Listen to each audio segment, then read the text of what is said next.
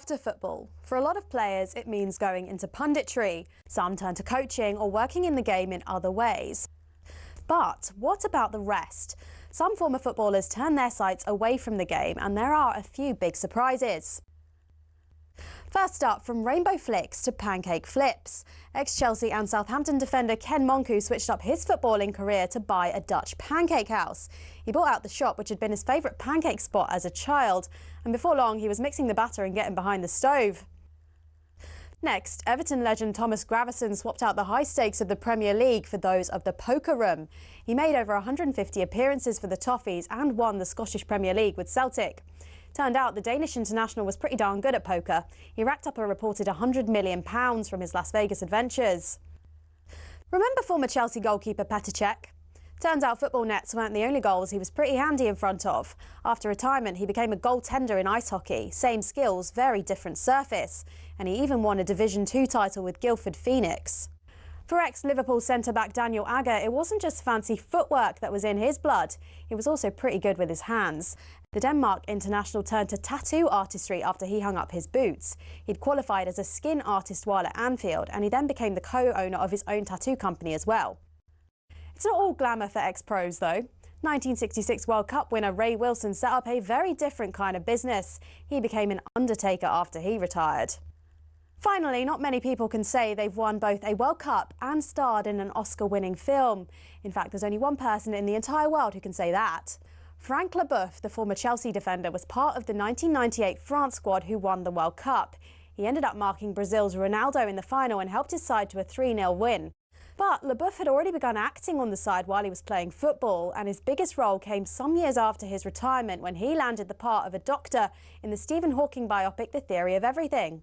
I embrace the career of acting, so I want to learn more. So seeing lots of movies is a part of my job. To be honest, with all the dramatic diving in the game these days, there's probably tons of ex-pros who've got the acting skills to make it in Hollywood.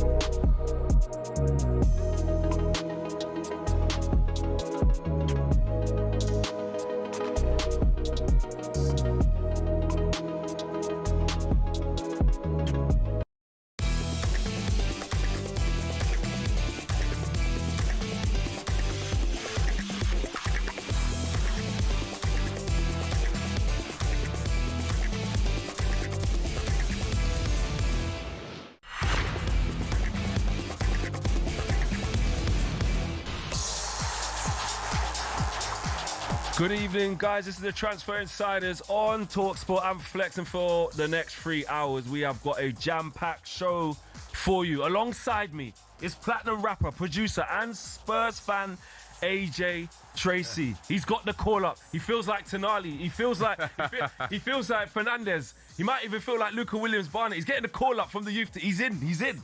We're bringing you all the latest transfer news over the next few hours, plus loads more coming up on a day of massive news. What's next for Newcastle United following Eddie Howe's departure?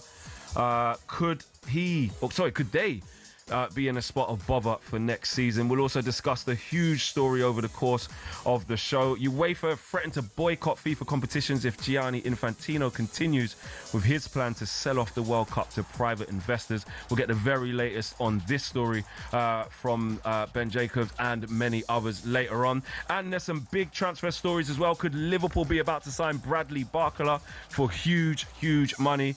And Chelsea are looking at a couple of veterans in their squad as well. Is that what they need? Do they need experience, or are they just taking it a little bit too far now? We're going to discuss that. I want to hear from Chelsea fans on that as well. And of course, we want to hear from all of you on everything we're talking about. And that is 03717 223344. This is the Transfer Insiders on talkSPORT.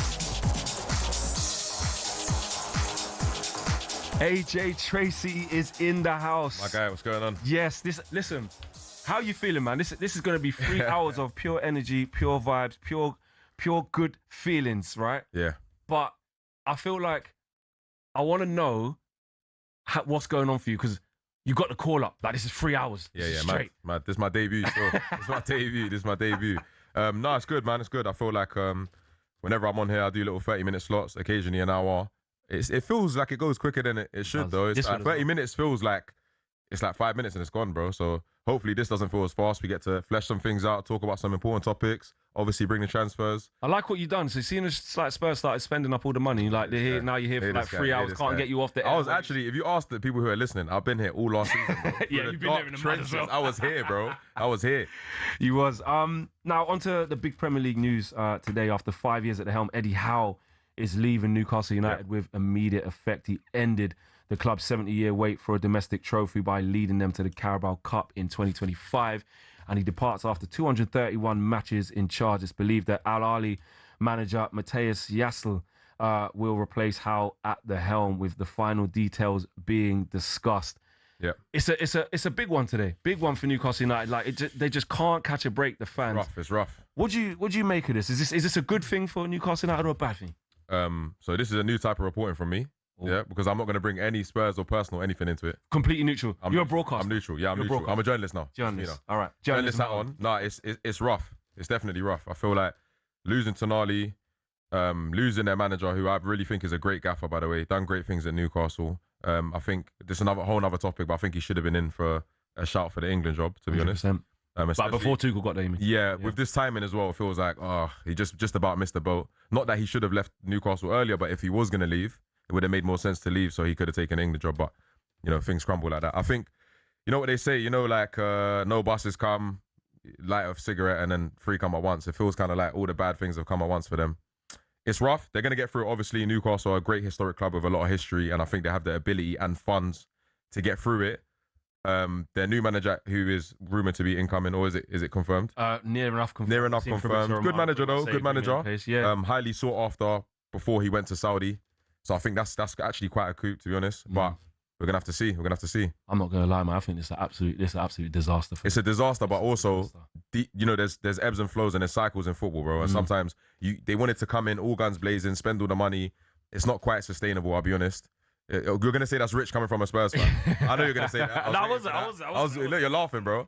But I think what it is I think people need to look at the wider picture. The wider picture is cool. They came back into the Premier League. They've got history here. They need a minute to settle and figure out what's their permanent kind of stance in the league, And I think they're still in transition, man. I think it's an absolute sickener for Newcastle United fans. Eddie Howe, let's have it right, yeah.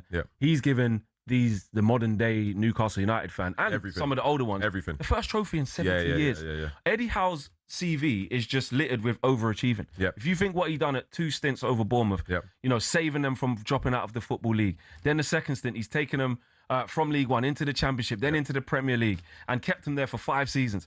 Like, it's incredible what he's done. And then he's gone to Newcastle United with them in 19th position, kept them up, got them 2 Champions League qualifications, and like I said, their first trophy in 70 years.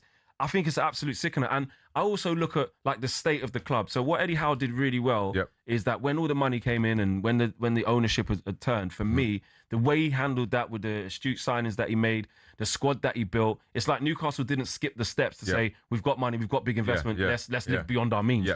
And I feel like what's happened is that the recruitment has gone ski-whiff. There's basically the decision makers. You look what happened with Dan Ashworth, Paul Mitchell, all of the people at top levels that have been so much change around him. Yes, okay, he's overseen some bad transfers in the last window, but look what's happened. Sorry to jump in there, but do you think that some luck does play into it though? Luck as in when they signed Voltamada, for example. I think he looked to be a great striker. I'm not saying he's not now, but obviously he fell off a little bit towards the end of the season. That's not Eddie Howe's fault, Like, you can't foresee that kind of thing. So I think the luck of the draw has to go with the logical signings. Like, you try to sign the best player. If it doesn't work out, then it's like, I'm not saying it's not his fault, but the recruitment is quite it's hit and miss sometimes. It is. Listen, it's hit and miss. I think anyone below the big 6 or anyone below even the top 4, it's hit and miss because you're trying to sign people who make sense for the money. Hopefully, will pop off. Maybe earn you a bit more money on the sell on. It's hard. What do we think the future is for Eddie Howe then? Because I'm saying like he's done a brilliant job at Bournemouth, brilliant job at Newcastle United, right? And Burnley kind of in between that as well. Could he get a big 6 job after this? I think like, say that he definitely happens, could. Like people get sacked early in the season. Could you see that? I could definitely see that. I can also see him going to England, to be honest. But have to wait for the Euros or Thomas Tuchel's going to be. Hopefully, we'll have to wait for that. But yeah, sorry. Hopefully, we get some breaking news or something. I mean, look, He's a great manager. He's a big manager. I can see him managing a big club. Would you have had him at Tottenham? I would have taken him. Say before you got Frank, or like even after.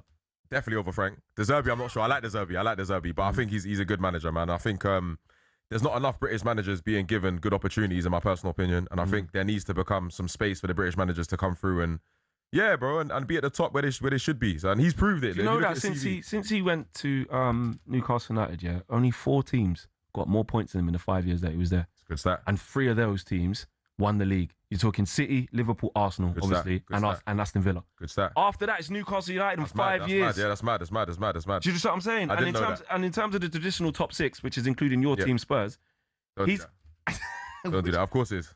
What? Of course it is. What do you mean? I'm just saying. Carry on, please continue. Please carry on. Are you using traditional top 6? Bro, there's no top 6 without Spurs. This is not the Spurs section, man. I know it's not. But you said it. I didn't say it, bro. I said don't do that. That's it. I did that. I drew you in. I'm just saying, yeah. Since obviously Leicester's title-winning situation aside, apart from Everton, who gate crashed and got in under Moyes, no other team outside the traditional top 6 has even broke into that. Yeah, I mean, it's incredible. Newcastle's a massive club, though. Respectfully, it's a massive club. Should be treated as such. And I think what's happened here is he's been let down. Let's be honest. He's been let down by the club. I agree. They're selling all his best players. What's he meant to do? They're selling his assets. And we have to remember, he's actually walked away from this. So he didn't get fired. He said I can't deal with this. And at the end of the day, if I was in his position and they're selling all my best players and I'm holding on to Bruno and I'm hearing he's going Arsenal, it's like, bro, what am I meant to do? What about where this leaves Newcastle United then in the direction of travel that they're heading in? Because their identity under Eddie Howe was so clear for us all to see. And you know what it is when you're up to St James's Park. He's got that spine. You got Joe Linton in there. You got Bruno Guimaraes in there. You got Tonali. You know it's a long day. Good mix of technicality, a couple of nasty players in there. Do you know what I mean? They got the intensity. They got the fire. You don't want to really have to go to St James's Park, and it's been different fantastic. now, man. It's different. Now they're pivoting to young players. The identity of the new manager. Listen, I think they can talk up the new manager all they want. Matthias Yesulu, and he does have good manager. Quite a good reputation. He's in the school of the Red Bull school. Ralph Rangnick, gegenpressing. Listen, I heard about Ralph Rangnick gegenpressing, bro, when he came to Man United. He tried 4-2-2 nonsense. Bro. Yeah, and you're not hearing it, having it, no? If you ain't got the players, having it. He's not going to be able to come into Newcastle without those players and without also the main thing, AJ. Yeah, go on. The infrastructure. If you're within the Red Bull organisation, the infrastructure and the schooling is completely different to. And I know he's done some good things in Saudi, but I don't see him coming into the Premier League, which is a different animal, with the squad and the team how it is, which is very traumatic and very, very toxic at the moment. And telling people about gegenpress and. But the window's not done, bro. Hold your horses. The window's not done. But they've got no. They're going to keep losing players. If you lose Hall now, what do you think? When you lose players, if you're Bruno Guimaraes now, yes, cool. But when you lose your best players, you also gain a fee. A fee that can go towards investing in other players. I haven't seen it yet. I need to see what they do. They're a big club, and their fan base is intimidating. Anytime you go and play away at Newcastle, it's a hard game. It doesn't matter. Regardless, it's a hard game. It does look like Bruno Guimaraes now. Let's talk about him for a sec. Go ahead. Like he's going to go to Arsenal. Round about between 75 and 80 million. Good player. Goodbye. I think another exit for Newcastle United. I think they need that, though. I think that's a great signing for Arsenal. I think that's a really good signing for Arsenal. The problem with this is I'm not going to lie. Go on. He's perfect for Arsenal. He is. That's what I'm saying. He's perfect for Arsenal. He has all the things Arteta would love in a player. I think it's such a loss for Newcastle, man. Massive. I thought at the beginning of this window, if they lose to Tonali, they're not willing to lose anyone else. Pretty straightforward logic. But no, they're just letting everyone go. Why is that, though? Well, PSR? Well, PSR, but also you have to look at the players. The players, they lost Isak last year, and that was in awful circumstances with the way it went. Awful circumstances, but silver lining, the money. They got the money and they didn't reinvest it well. But, they had to lose one of the top players. Anthony Gordon, one of their better players. He's gone. Tonali, they stood by him. Have a good fee, though. I've got to throw that in there. Massive fee. If you're adding these fees together, though, bro. Massive fees. Tonali's 100 mil. Yeah. That's where PSR does come into it, yeah. Okay, 100 mil for him. Cool. 60 mil for Anthony Gordon. It's going to be around 80 odd mil. 70, 80 mil between. It's a lot of money, like bro. It's a lot of money. But guess what? What's another common theme that's been happening to Newcastle United is that players keep turning them down. They keep getting hijacked for players. And this is the problem. It's almost like the football food chain is coming into impact. And I'm not saying Newcastle You're trolling. United, Now you're trolling. No, I'm not. You're winding them up. No. You're trying to get a bite. No. You're trying to get a bite. Hear me out. Right. Imagine this. I never said anything about that. Right. And Newcastle, right now, they hate Spurs. And I never said anything. That's you trying to get a bite.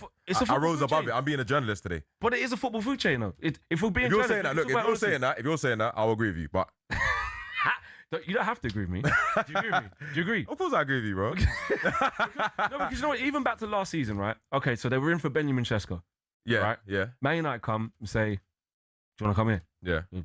But you know what it is? Obviously. You know what it is with that? Brian and Boomer, Dean Howson. You know what it is with that? Is that doesn't really show the food chain. James Trafford. But do you know why that doesn't show the food chain? United's one of the biggest clubs in the world. No, but it's happened to all the other players as well. Yeah, fine. But I'm saying with United though, a lot of players are choosing United over most destinations. Let's be honest. It's United. Yeah. All respect. Don't get gassed. No, I'm just saying. You getting gassed. I'm agreeing. I'm putting respect where respect's due. Yeah. But what I will say is, when it comes into play, is like, if Tottenham finish 17 back to back, as you lot love to larp on about, and then we can still, snatch your players, then it starts getting a little bit dark. And the truth of the matter is, that's a big problem for them. But you know what people don't look at? People look at, I've been to Newcastle. I like the city. I have fun up there. I have fun up there. Yeah. It's a great city. Good spirit. They mean something. They stand for something. Got good 100%. Culture over there. But it's a bit far from the action where the young players, where they want to be. They want to be in London. It's the truth though. They can go out to a Manchester. They can go out to the surrounding cities. They might be in Birmingham. Might be in Liverpool. But they want to be in London though. It's true, bro. So it's true. If a London club's saying we're going to give you the wages you want. We've got a brand new stadium, brand new training, and you're going to be in London. It's like it's a hard offer to turn down. Why are you going to Spurs? But for all the reasons that you just outlaid there, that's what it is, bro. It's just the sad reality. We're going to talk a lot more Newcastle United later. Of course, we can't do that. We do want to hear from you, Newcastle United fans, as well. Just to bring you a little bit of breaking news, Inter Milan have confirmed the signing of John Stones on a free transfer. We'll discuss that shortly as well. Up next, talkSPORT's Ben Jacobs will join us to get the very latest on Howe's replacement and UEFA's decision to boycott FIFA competitions if Gianni Infantino goes through with his proposals to sell off the World Cup. This is the Transfer Insiders with myself, Flex, and AJ Tracey here on talkSPORT.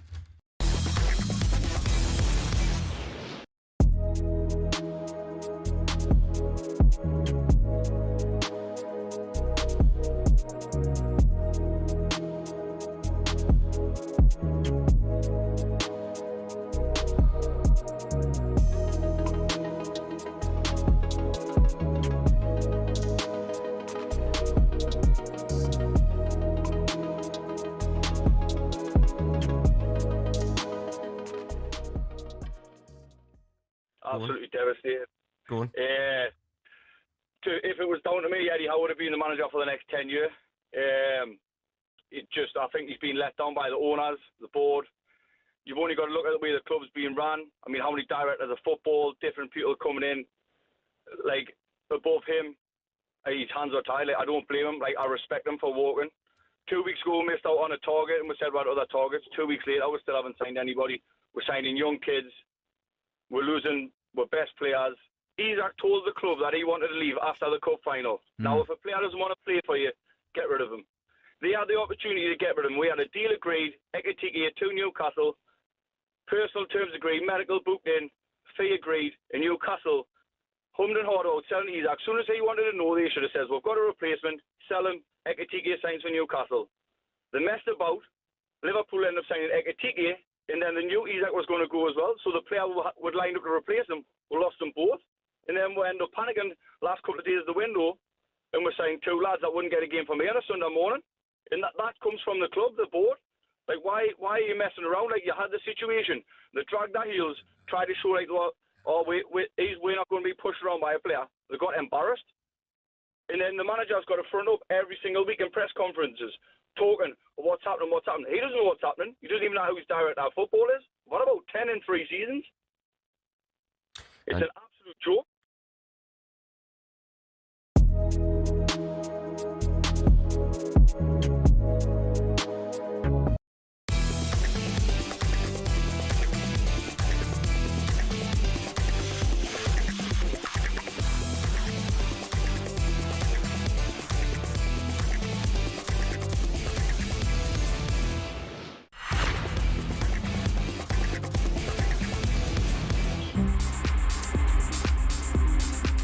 Good evening, you listen to the Transfer Insiders on talkSPORT with me, Flex, and massive Spurs fan and platinum. Do you know what? How many alias shall I give you? How many do you want? You know what? Do you want just Spurs fan? Shall I be honest? Musician? I'll be honest. Platinum selling artist? I'll be honest. You're doing a great job. I love it. The accolades, thank you. I appreciate it. So you want accolades? Thank you. Look at your ego's too strong. No, not even, man. I'm grateful. This I'm money, humble. you lot spent too much money. You should just be saying Spurs fan. Listen, the Lecky's on, I'm happy. That's it. That's it. AJ Tracey, he's going to be with us, with me as well, up until 10 p.m. Well, the sun is shining, and so to make sure to grab a pint of So Good Lager from talkSPORT and Meantime. It's available in all O'Neill's pubs and some of the best sports bars across the country. Find out where your nearest pub is at talksport.com/so good, 18 plus, and always drink responsibly. Let's get into all of the latest transfer news now with our guru and transfer reporter Ben Jacobs joins us. Good evening, Ben. You've been a busy man.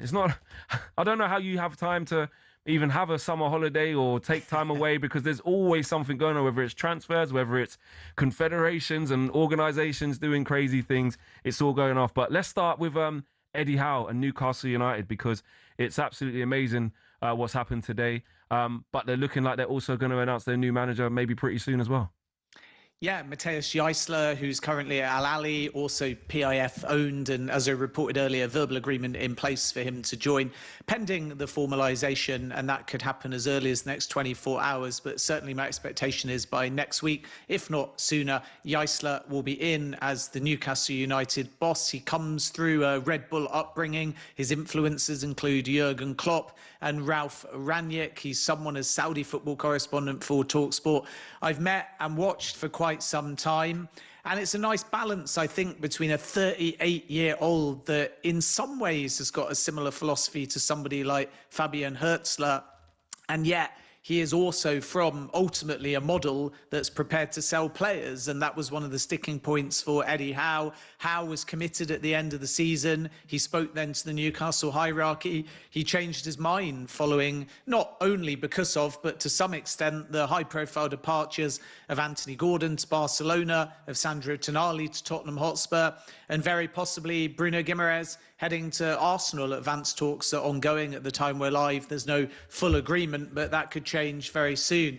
So this is Newcastle United now entering a new phase, and it's going to be absolutely key that they find stability and spend some of this money that they've brought in order to back Geisler. But what I would say is that Newcastle United, if all goes according to plan, are inheriting a manager who is talented, who is ambitious, and who is forthright. And under very difficult circumstances in Saudi Arabia, with Ivan Toney, let's not forget, leading the line, was able to win in back-to-back seasons the Asian Champions League. So he did a superb job with Al Ahly, and now Newcastle United is going to be a huge test for him.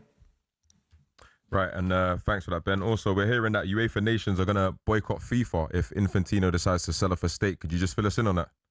Yeah, so a quiet day, and UEFA have issued a statement, all 55 member federations within UEFA backing this boycott, even though there was some suggestion that Czech Republic might break ranks because the president of their federation had said that he broadly supported the plans.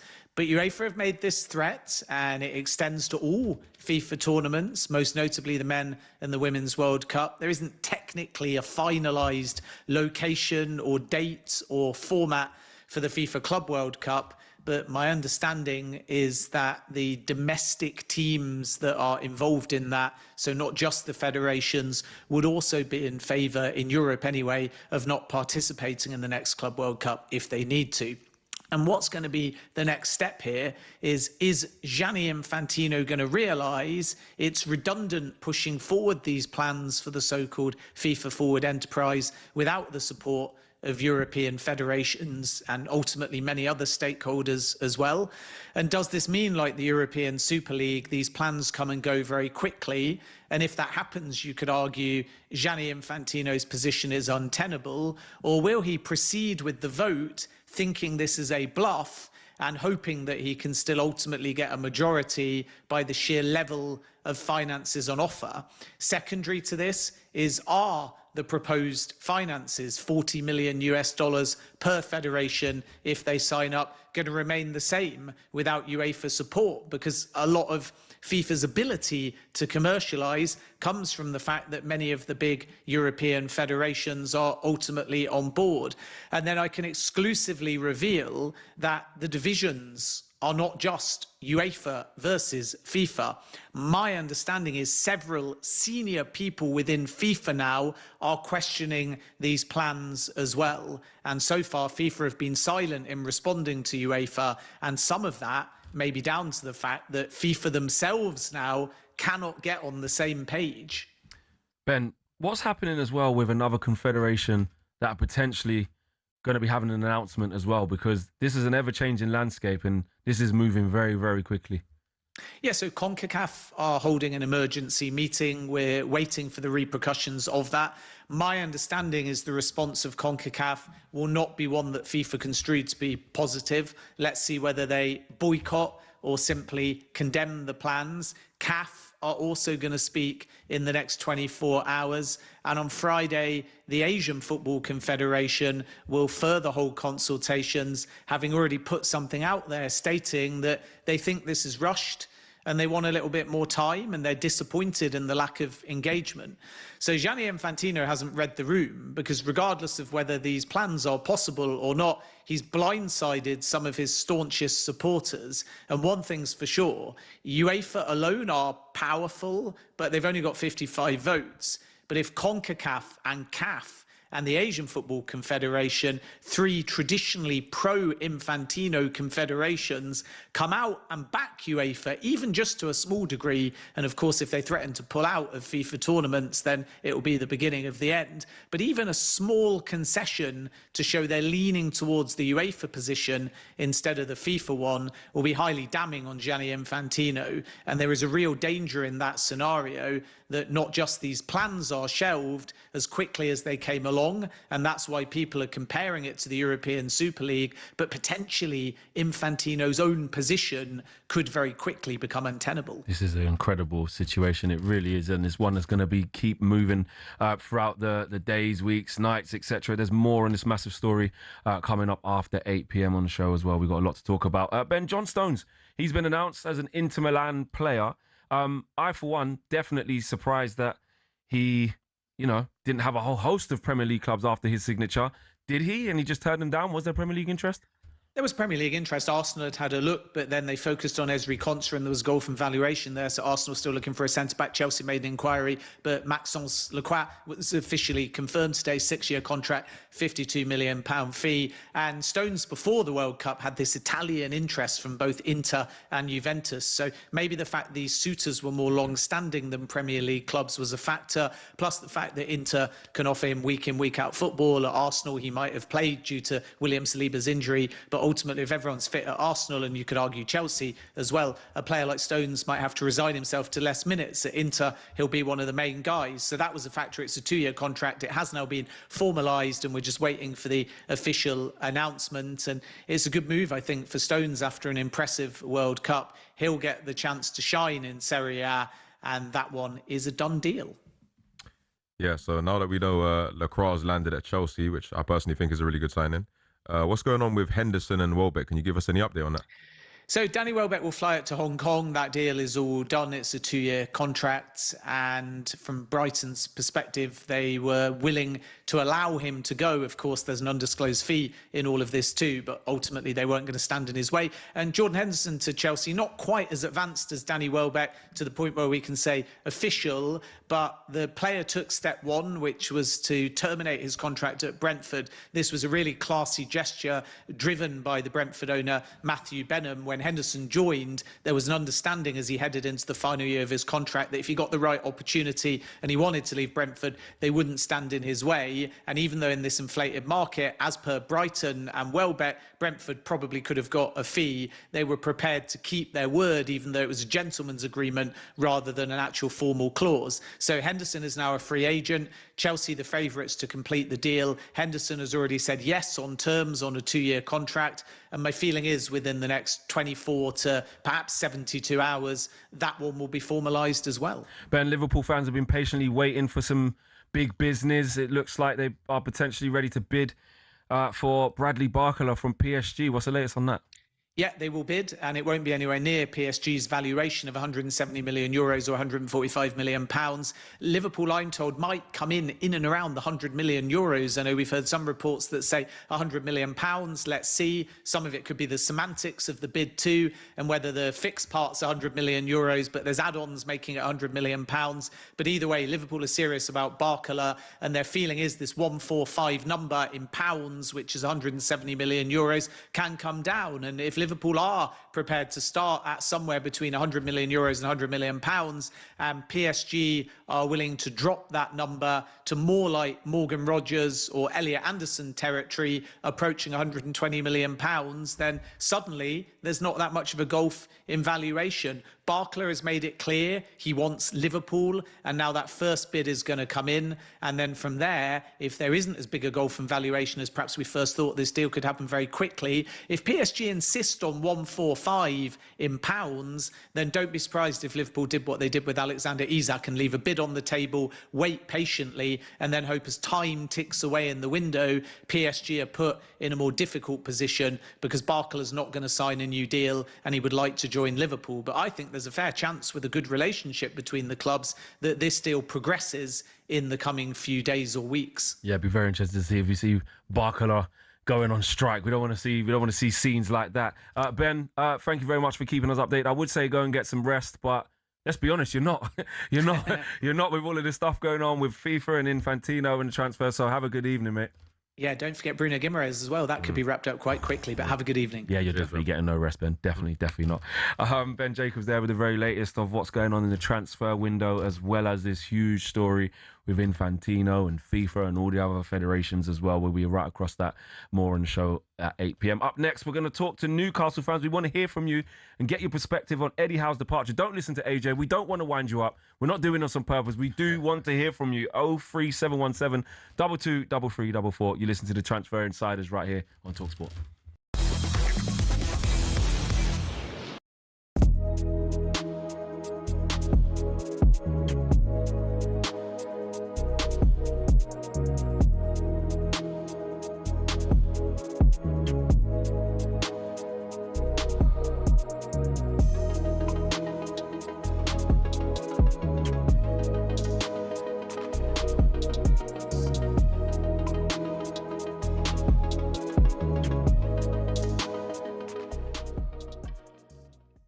It has gone crazy, but I think that you almost have to just suspend your reality. And not the worst things about this crazy spending. How many in the history of the Premier League have actually landed? No, that's true. One. I would say of Virgil the most van Dijk. One of the most expensive players in the Premier League. Like Romelu Lukaku is on that list twice. Yeah. And he failed twice. Paul Pogba is on that list, failed. Harry Maguire's not failed, but yeah. I mean, Andrei Shevchenko at one point would have been on that list, failed. Fernando Torres at one point would have been on that list, failed. Yeah. There are countless examples of players who have moved for huge amounts of money, come with that level of expectation. Declan Rice has lived up to it. Declan Rice has most certainly lived still up to too much, but he's lived up to it. Well, Declan Rice is actually an interesting one because I would argue that if there is a £100 million player, Declan Rice is it. Declan Rice. That's 100 million. I think. Declan Rice has. Well, if you look at what Declan Rice has done since he's been at Arsenal, he won European silverware, uninspiring European silverware in my opinion, but he won European silverware at West Ham. He then went to Arsenal and was the catalyst to them ending a 20-year Premier League trophy drought. So yeah, I think if anybody is worth, he's been a stalwart of an England team that has had some. Who would have thought a sporting event's halftime show could have a bigger impact than the game itself? That seems to be the case with the Super Bowl halftime show. In 2024, Usher brought in an audience of 180 million worldwide, the biggest in the event's history. But how did singing and dancing get to be the centerpiece of America's biggest sporting event? The first Super Bowl was held in 1967. Initially, the halftime show was a display purely for the fans in the stadium, with marching bands, dancers, and American patriotism for all to see. And that's what it was for the first few years. Disney had a go with a few questionable displays in the 1980s, but it wasn't until '93 that we got the first glimpse into the future of halftime shows. Michael Jackson's stellar performance gave NFL execs something to think about. A raft of massive names followed, including Diana Ross, U2, Janet Jackson, who gave us the most famous or infamous wardrobe malfunction of all time. So how many people are involved? To give you an idea of the scale, Rihanna's 2023 performance included 800 people, and experts reckon it cost $13 million. What's even more impressive than some of the names on the bill every year is the fact they do it for free.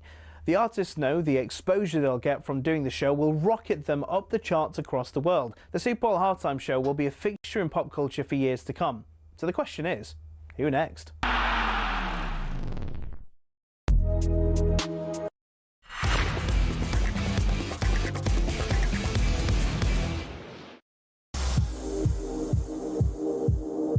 Very good evening to you all. This is the Transfer Insiders here on talkSPORT with me, Flex, and AJ Tracey. But he's told me that it's different now because Spurs have spent money. I need to give him accolades. So I'm going producer, I'm going platinum selling artist, I'm going Spurs fan, I'm going journalist, broadcaster. You know me more than all of those. Good guy.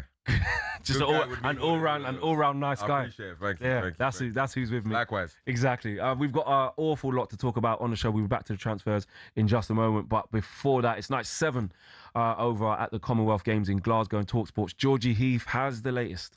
Hello to you. Plenty going on in the track this evening. England's Zarnell Hughes has just missed out on a spot in the 200-metre final. But in the cycling, it is a home nation's clean sweep in the women's team sprint, with Wales taking the top spot over England and Scotland in third. In the men's, bronze went to Trinidad and Tobago, while Australia beat England in the gold medal by over half a second. Over in the netball, Jamaica are currently dominating against Wales, and there's plenty of action also going on in the weightlifting. Men's over 110 kilograms, with England's Andrew Griffiths and Wales's James Wales both in action, lifting some very heavy tin this evening. But plenty of medals on offer this evening in the track and all around Glasgow. Commonwealth Games update on talkSPORT with BYD. Dare to dream with BYD and the Commonwealth Games. You guys should have just seen that in that update. We heard that the Trinis are doing well. That's AJ's country. He's happy. Little fist pump. I heard the Jamaicans are doing well. Little fist pump as well. We're really happy about that. Right, let's get back to Newcastle United. And yesterday, former England cricketer and Newcastle fan Steve Harmison told talkSPORT that no genuine Toon fan wanted to see the back of Eddie Howe. Look, with following Eddie Howe. Sure, I look at it and think inside the stadium, Eddie Howe had a lot of people backing him. I think we haven't got much time, Sam, because I can go into a hell of a lot. You know, we give 10,000 tickets away at the end of Mike Ashley. You know, sure. We didn't have all them fans are new fans coming in. And inside the stadium, I think Eddie Howe's got a lot of backing. I think what we've had is over the course of the last 3 or 4 years and the success of Champions League qualifications, we've had a lot of social media fans and YouTubers coming in to make some noise who weren't there right from all the way through the bad day. So the bad day supporter is backing Eddie Howe. I think the new social media noise, I think it doesn't matter if it was Eddie Howe, Pep Guardiola, Jose Mourinho, or whatever. They would have had a go at the manager because the results weren't good enough. That's fine. But I think in development of players, I wouldn't want too many other managers to develop a group of players like Eddie Howe's done over the course of the last 4 years, because he's going to have to rebuild again, like he did 4 years ago to turn Newcastle into 2 years Champions League and won a first trophy in 70 years. Former England cricketer there and massive Newcastle United fan, Steve Harmison. He went in. He was passionate and he obviously had no clue what was going to happen the next day. And he's saying about the social media fans, you know, the online fans. Don't talk about Ollie Klink like that, Steve. Come on. Don't. That's not nice. That's not nice. My mate Matty Renton would be upset with that as well. But he was very, very passionate there. But what about life beyond Eddie Howe? Our next guest is also a commentator for the Saudi Pro League, which is where Howe's replacement, Matthias Yassili, is currently managing. I hope I pronounced that right. We're going to find out in a second. So we're going to welcome in Newcastle fan and broadcaster Joe Morrison. Good evening, Joe. Firstly, have I pronounced that right, Matthias Yassili? Yassel, yeah. Matthias Yassel. Okay, we'll go with that. Your best German accent. Matthias Yassel. Yeah, I'm a bit scarred from Thomas Tuchel a bit, so it's a sore subject. But listen, you are, of course, out there as a Saudi Pro League commentator, but a Newcastle fan first. How are you feeling after all of this, mate, this revelation that we've seen this morning? You know what? Part of me is a little bit surprised, but I'm not shocked. I think it was clear for all to see, wasn't it, towards the end of the season, that Eddie Howe, and he had the pneumonia as well, remember? Yeah. Back at Easter time. I think he was starting to feel a little bit exhausted. And Newcastle is a big club. Everything that's happened under Eddie Howe's watch has been brilliant, but it does take it out of you. Pep Guardiola has said that as well. So, you know. Yeah, I totally agree. Do you think the club can kick on now, or do you think it's a little bit difficult for them moving forward? Depends on the players, doesn't it? We've got another, month of the summer transfer window. At the end of the day, it's all about the players. There's absolutely no doubt about that. Yeah. Who's coming in between now and the end of August? You know, yes, I've heard all of your previous guests talking about who's left. But what's going to happen in the next 4 weeks? And it is 4 weeks because the window closes 1st of September, I think it is. Yep. Yep. So a lot can happen in those 4 weeks. But if nothing happens in those 4 weeks, I don't care who you bring in as manager. It could be Pep Guardiola and it would make no difference whatsoever. Joe, what about like the direction of travel at Newcastle United? Because it's huge investment, right, from, of course, the Saudi ownership, which has brought about a lot of excitement and, let's say, relative success since they've come in up until this point and, you know, building kind of year on year with some difficult moments in their first trophy in 70 years. But the situation of selling the best players all the time, that's a difficult situation. We know, along with the likes of Aston Villa, etc., with the PSR situation, it's very difficult to keep those players and keep spending at a rate. It seems really like unfair for that situation. What do you feel about that, about the direction of the club now? Are they going to have to look to change the model, change the strategy, or always have to work within these parameters? Hey, I'll tell you what, it sticks in my throat, the whole CSR, well, it comes up with different acronyms every they change it couple of years, doesn't it? They change it every year. It sticks in my throat. And I also know as well that it sticks in the throat of the Saudi owners because they've gone in with good intentions. And remember, they changed the rules after Newcastle bought the football. After the Saudis bought Newcastle United. So it sticks in their throat as well that they can't spend that money. They can't build this all singing, all dancing squad as they thought they possibly could after the rules were changed. And then, how do you think I feel as a Newcastle fan seeing Elliot Anderson move for over 100 million that Newcastle were forced to sell? So the list goes on. And there's two other things that I think need mentioned. I mean, one is infrastructure. You have the squad infrastructure, which is obviously your players, etc.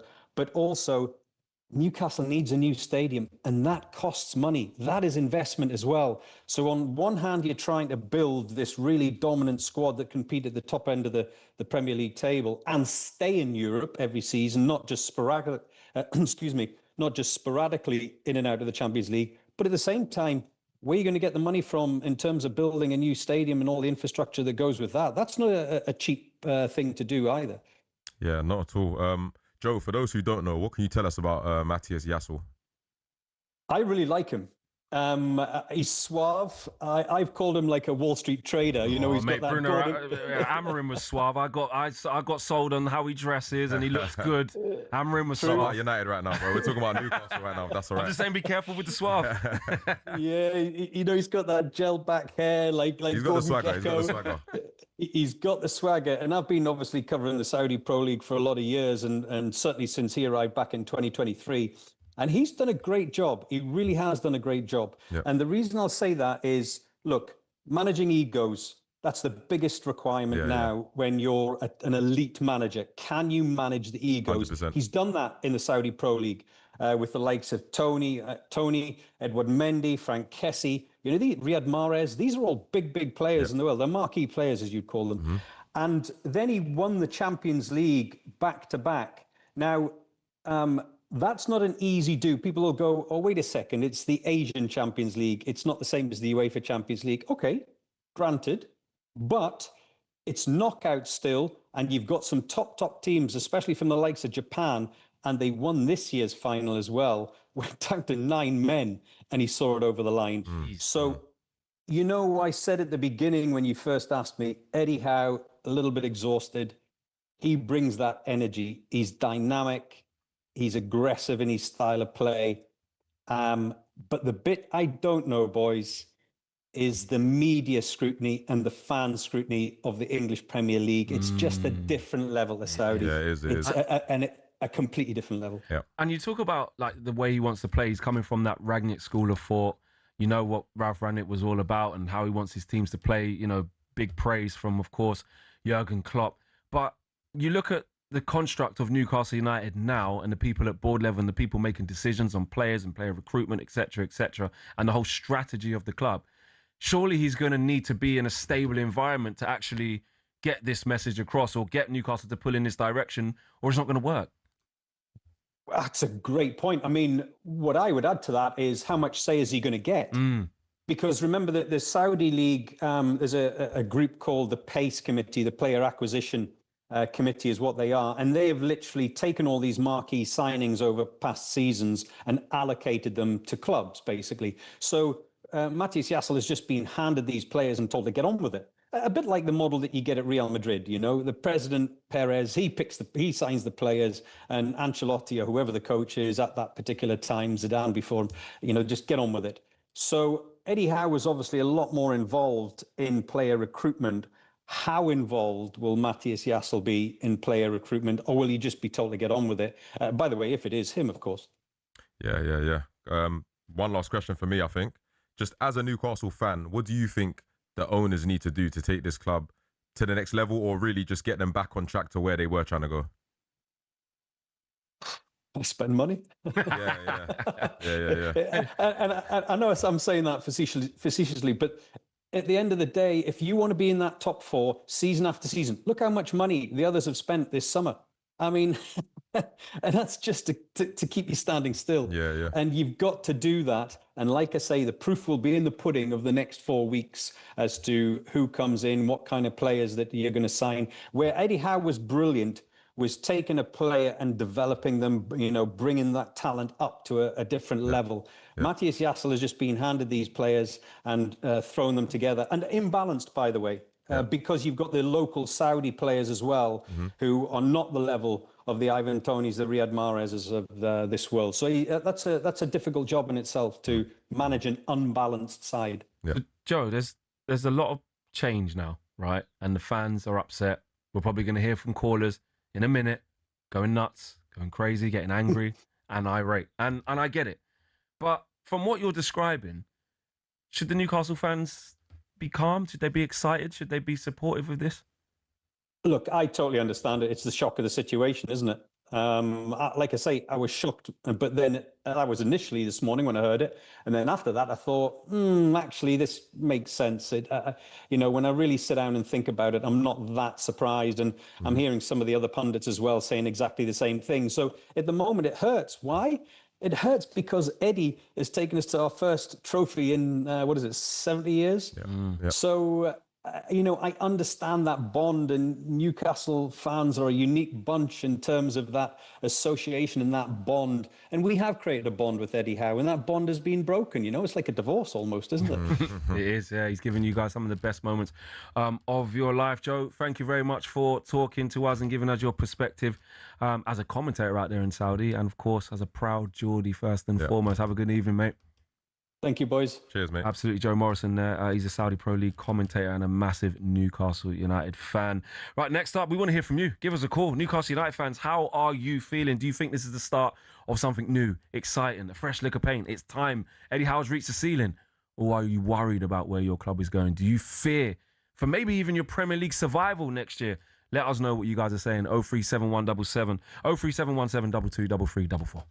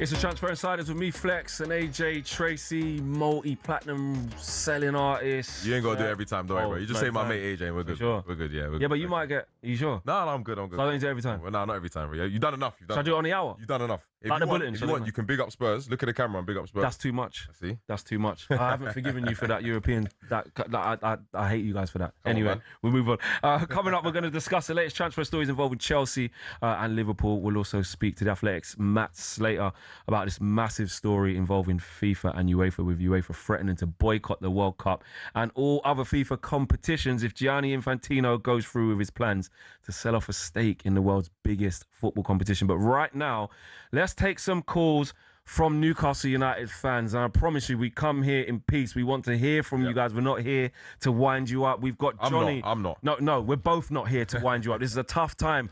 Johnny, you are first up, my friend. How are you feeling after today's revelation with Eddie Howe leaving the football club, mate? I am absolutely over the moon. You're over the moon? What? Yeah. Johnny, why? Mate, this should have happened after the second derby game. We've watched this performance over and over again all season. And then, I mean, who was it? Steve Harmison saying that the real fans all wanted him to stay. We all watched Newcastle go through terrible times. We all watched it. And what he did for that club is amazing. I'm not going to sit and slag him off, because what he did for us and what he did as a city is unbelievable. But nobody could watch that for 38 games and tell me that any other club would have accepted that. But in 5 seasons, mate, right? We were talking about a stat earlier. Since he's been there in 5 years, there's only 4 teams that have got more points than Eddie Howe, and 3 of those went on to win the title. He's got you 2 Champions League qualifications. We all know what those nights were like under the lights at St. James's Park. Your first trophy in 70 years. The second highest win rate after, of course, God rest his soul, Kevin Keegan. Like, surely this is just a bad season. When you look at around him, mate, as well, that it's chaos above him. So could you not say that about any manager? Because Alan Pardew got back into Europe years ago, so should we not just keep sticking with him because he did a good job? But he didn't win, though, mate. He won. When they say put your medals down on a trophy, he gave you guys that day out at Wembley that you guys will remember forever. He did. Yeah, I get that. He did. And I'm not going to sit and say, I think that's what gave him as long as he got, because we can't just say, well, he did really well 2 years ago, so just keep going. You know what, mate? Because then we'll have another season and go. I'll be honest with you, mate, yeah? I understand where you're coming from, because obviously as a Spurs fan, we won a trophy. It broke the drought with Ange. Yeah.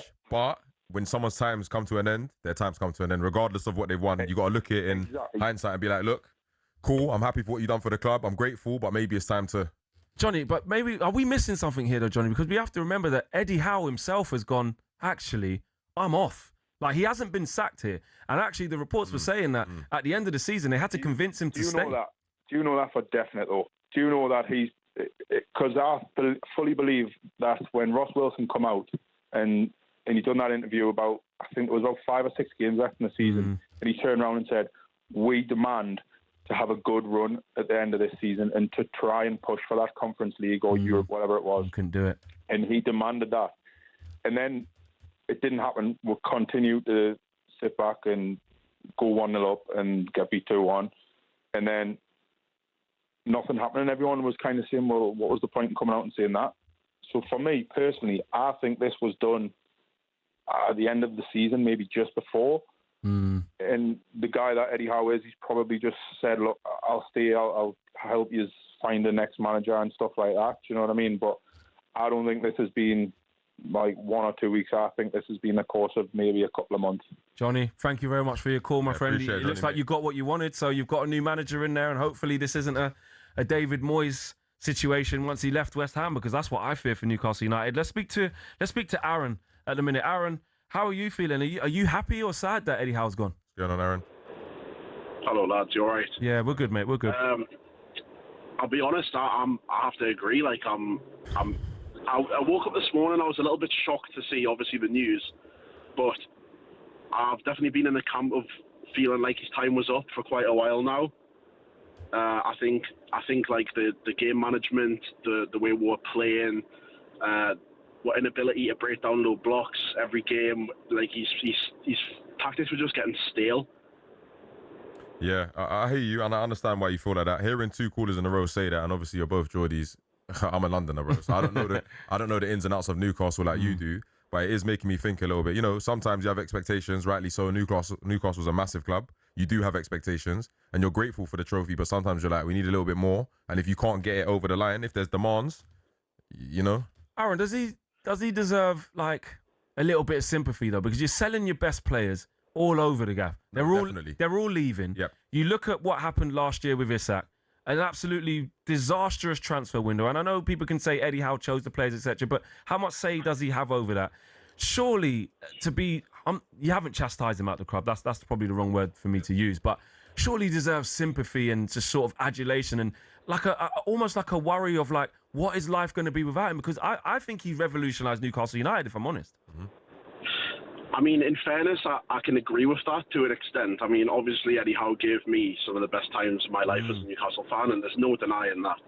But the main issue, I think, is like, as you say, disastrous transfer window, right? We had no director of football, and our CEO was unfortunately ill, so he wasn't really involved. So you look at like the previous windows where we had Dan Ashworth and we were signing the likes of Bruno, Trippier, you know, even like Tonali, Isak, and those are the players that elevated us to the next level.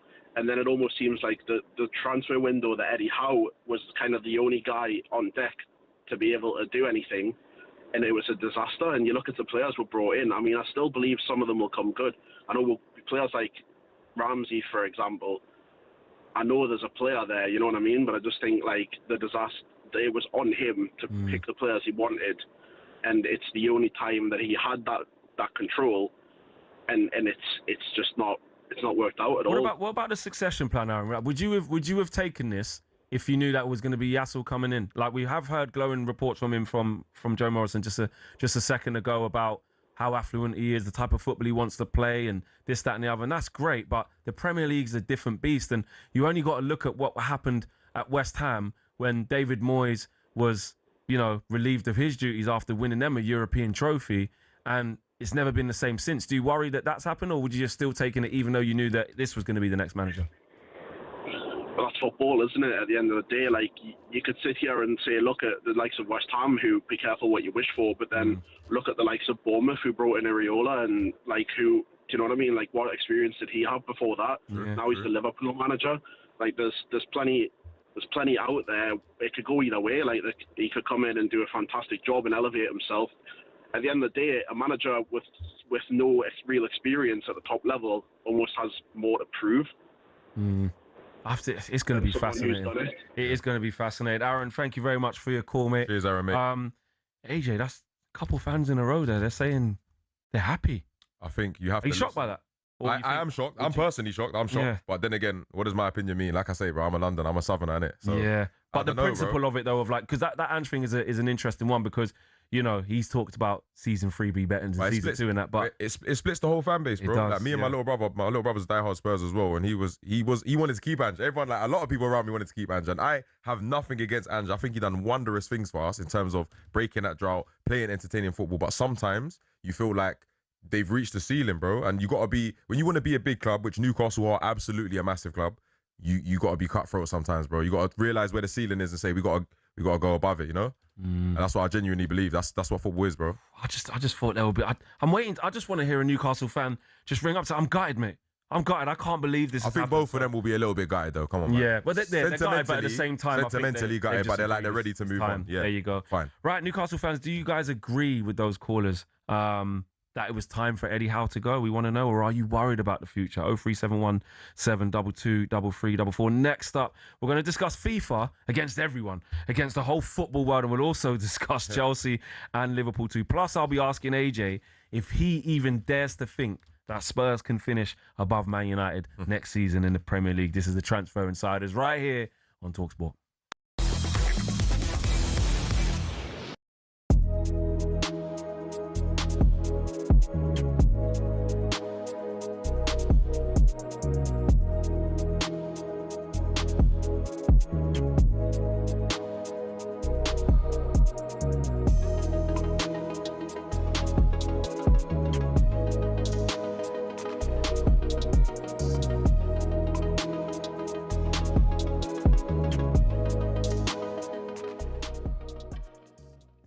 this is probably one that Darryl would be more interested in because it concerns his beloved Liverpool. Don't sign him. Don't sign him. You don't want him? No, not for that kind of money, no. We need a central defender. We need another midfielder. Yes, we need a winger. They spent 100-odd million on him. They're not going to do any more, and we need a right back. I just think, I look at his figures, and I look at where he is and whatever else. No, I'm not having it. Not having it. No. Wow. See, I think he'd be a great addition to the Premier League. But in terms of the figures, obviously PSG were touting over the weekend. They wanted 145 million. I think the opening bid from Liverpool is going to be a lot less than that, maybe nearer the 80 to 100 million pound mark with add-ons. Will that be enough to persuade them to do business? Who knows? But Barker isn't signing a new contract as it stands. So PSG not necessarily in a strong position. Why do you think he'll be a serious asset in the Premier League? Tell me what he can do in the Premier League. I've looked at all his data. I've seen his Champions League data.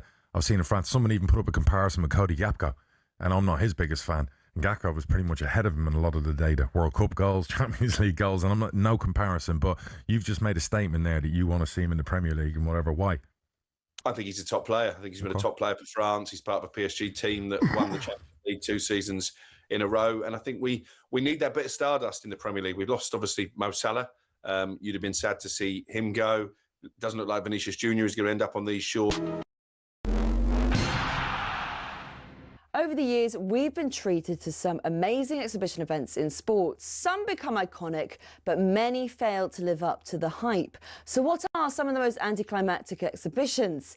Technically, it wasn't an exhibition because it ended up being sanctioned as a pro fight, but it basically was. 2024 saw Mike Tyson return to the ring to fight YouTuber Jake Paul. The event, which Paul won, was streamed by 65 million people on Netflix, making it the most streamed sporting event ever at the time. But many complained of buffering and freezing. And as for the fight itself, well, it was considered an entertaining disaster. I mean, it wasn't prime Tyson. He was 58.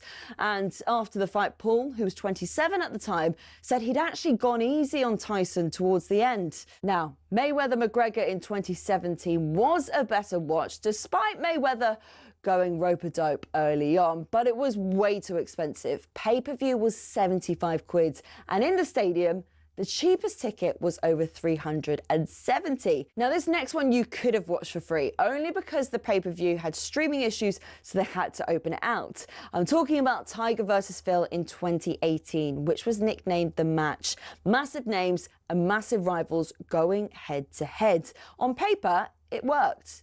In reality, it didn't. The two players were mic'd up, so we all thought we'll get fascinating insight. We'll be able to hear them insult each other for 18 holes. But what we actually got was more heavy breathing and sniffles. And for two GOATs, the golf itself was bang average. And speaking of GOATs, let's end with Messi and Ronaldo. In 2023, an exhibition between PSG and the Riyadh All-Star 11 saw them share a pitch for possibly the final time. To be fair, it was a goal fest, which PSG won 5-4, and Messi and Ronaldo both scored. But it was obvious they were past their prime. El Clasico, this was not. And with it being in Saudi, there were more sports washing claims. So there you have it, exhibitions that have let us down. And I didn't even have time to mention the Community Shield.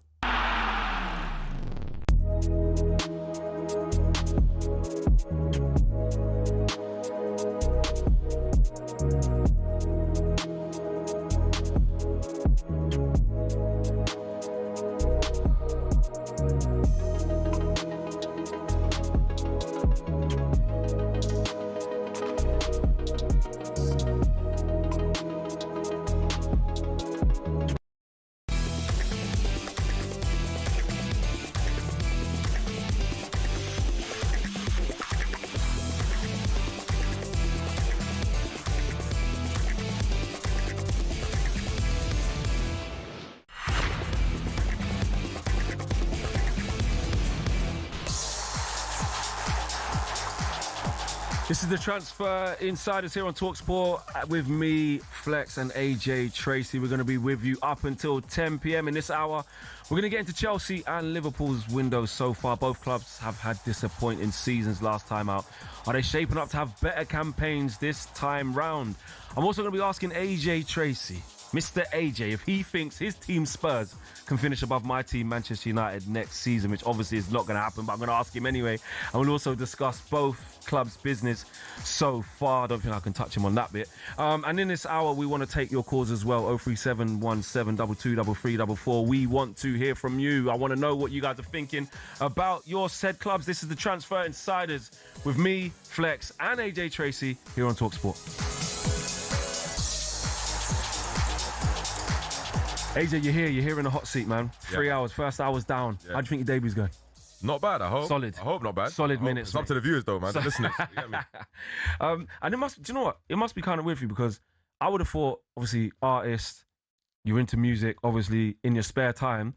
Maybe music is the thing that actually takes you away from it. You're a massive football fan, but you're also a huge fan of talkSPORT. I remember you calling into shows, just like, what are you saying? What are you doing? You're out here listening. You're a real life listener. If I'm not listening to some reggae or some old school garage, I'm listening to talkSPORT. That's it, bro. You love it, old school garage. That's how I learned to DJ with old school garage. Technics, 1210s, still good music, vinyls, man. It's good music. Old school garage, and that's reflected in your music as well. That, bro. What's your favorite genre? Like when you're creating, what is it you draw to? My favorite to make or my favorite to listen to? That's two different answers. Yeah, favorite to make. My favorite to make, honestly, I'm gonna get a bit technical here, but you're a DJ. Let's do it. Yeah, anything between 140, 150 BPM. I don't care what genre. Upwards. Anything between that. You get me? Yeah. Garage. If it's fast trap, so you can MC. Not so much drill, but anything that I can MC on, I can float on. Yeah. And then in terms of listening to, Sundays I wake up, play some reggae. Who's the artist? Are we talking Dennis Brown? What are we Listen, all the classics. Yeah. But obviously I love a bit of Bob Marley. Yeah. Throughout the week, I'm playing some soca in the mornings. Obviously I'm Trini. And then evenings, when the sun's breaking, some garage, drive home, good to go. Do you go carnival? Do you know what? I do. Grove as well. Wait. I do go, but I'm in disguise. Yeah.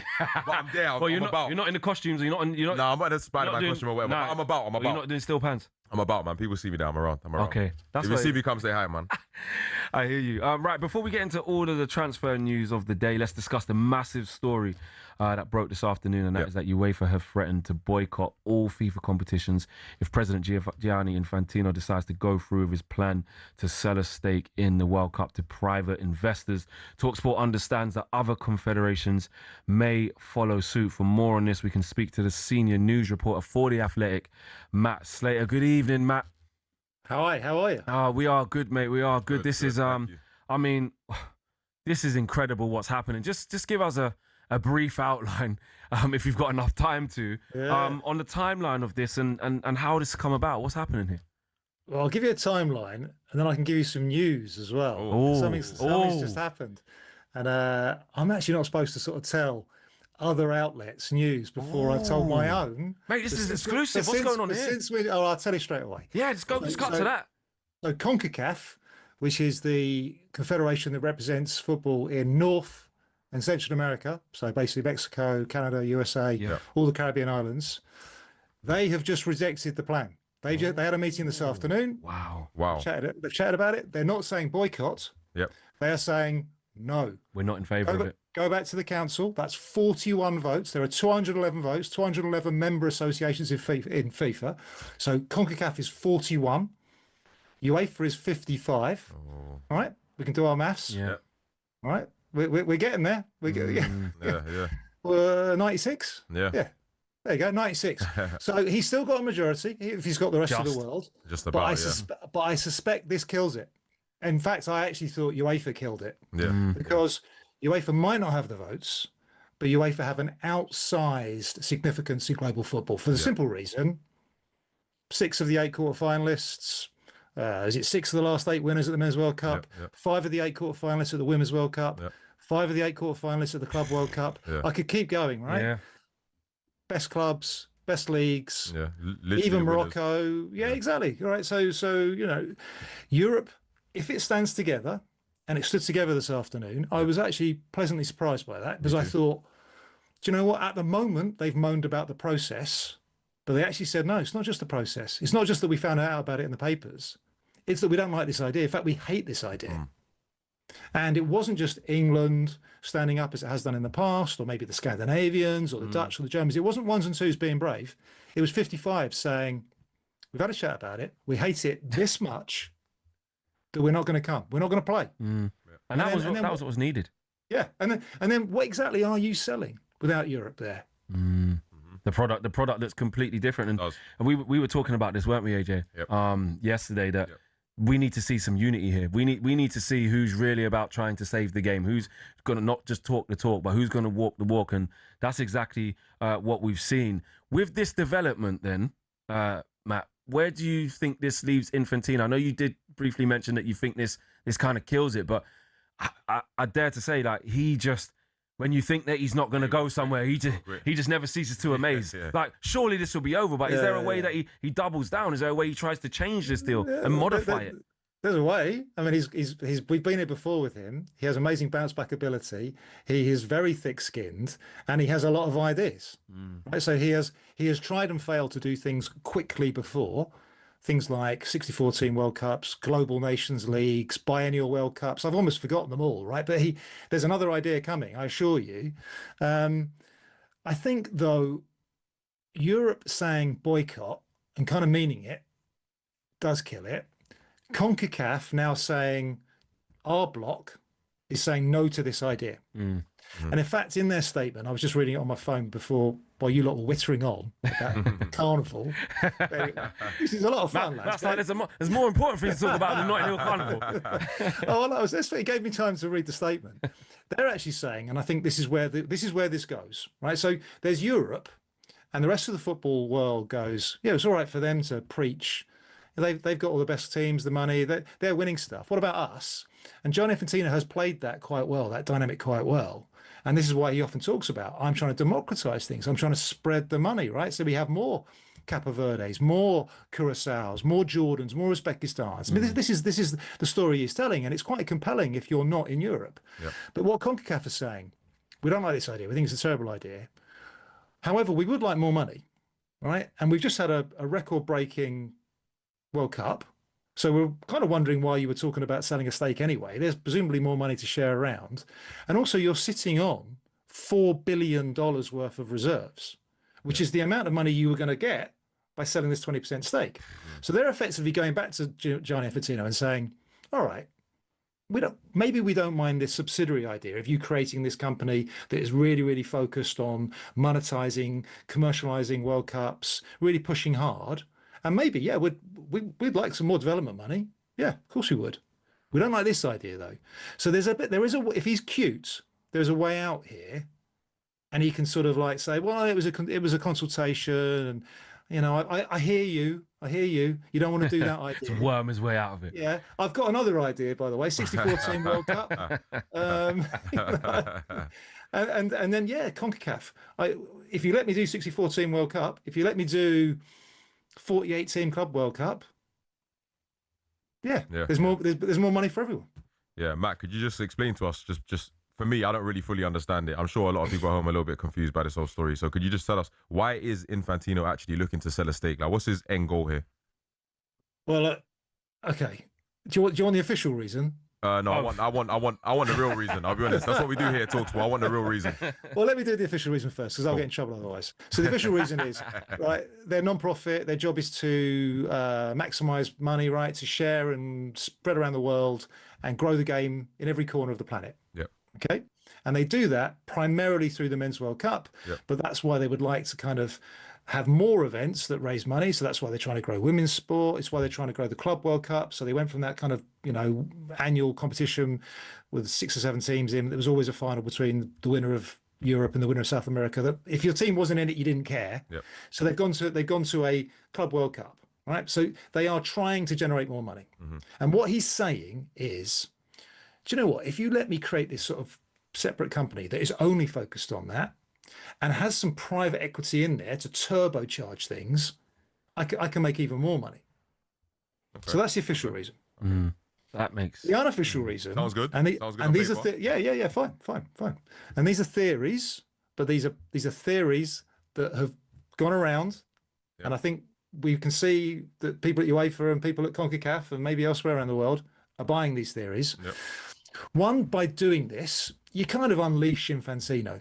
You sort of unchain him from the old fuddy-duddy, the committees and what governing bodies normally do. Yep. And you just get him focused on the money-making sexy bits.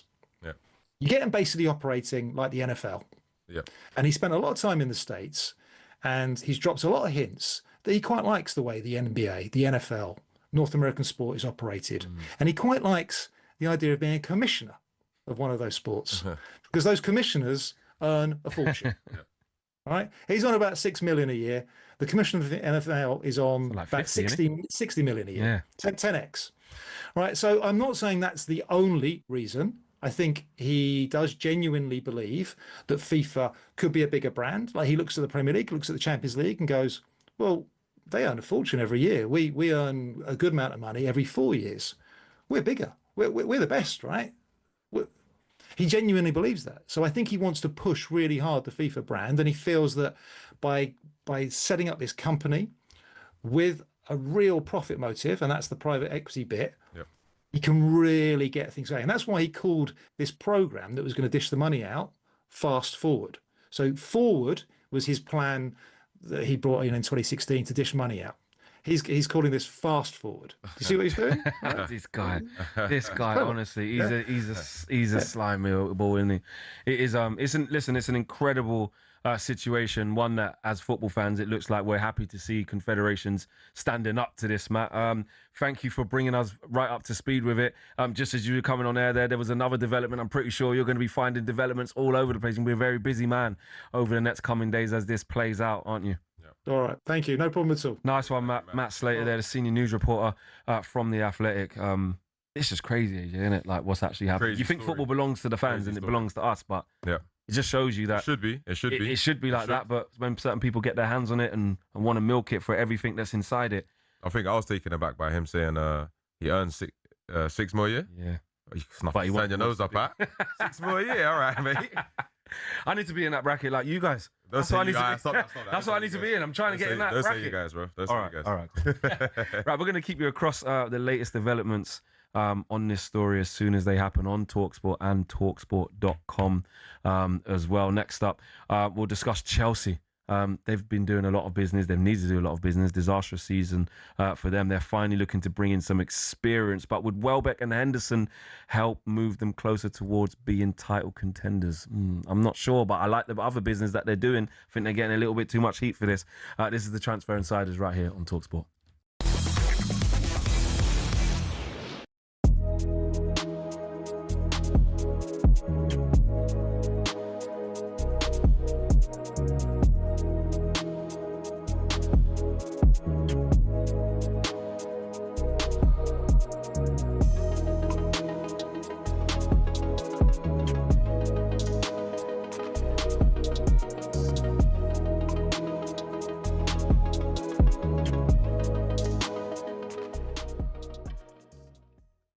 Up and said you got 10 players better than John Stones. No, but I said all time. I didn't say Prem, but let's stick to Prem. All right, let's do this. Go on. Virgil van Dijk, John Terry, Rio Ferdinand, Nemanja Vidic, Vincent Kompany. Yeah, that's 5. All right. Yeah.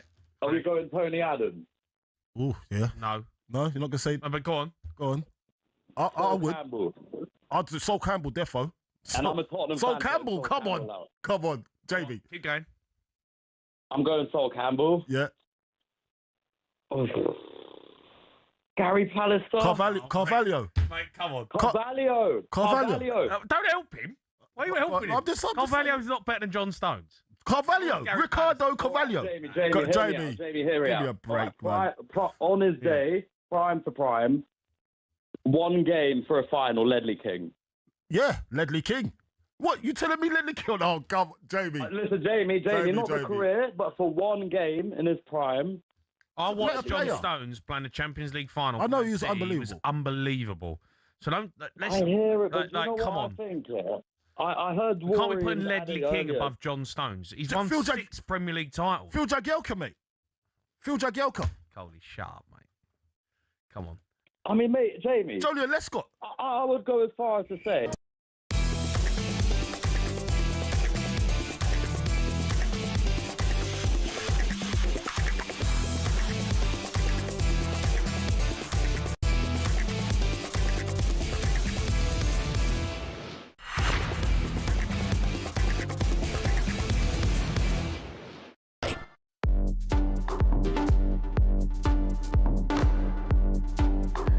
Welcome back to the Transfer Insiders with me, Flex, and AJ Tracey. We're going to be with you up until 10 p.m. We've got a lot to get through. There's been a lot going on. I was going to say we had some angry Newcastle United fans, but we didn't. No, we didn't. We had happy ones rejoicing. Bro. They might not have heard what you said before that. Yeah, that's true. They just saw me wearing black and white. They were like, yeah, go on. He's one of us. He's all right. He's one of us. Right, let's turn our attention now to Chelsea as well. We've got to talk about them now. Because today they have confirmed the signing of Maxence Lacroix from Crystal Palace, having previously added the likes of Morgan Rogers and Giovanni Chienda from Sporting, taking their spending beyond the £280 million mark.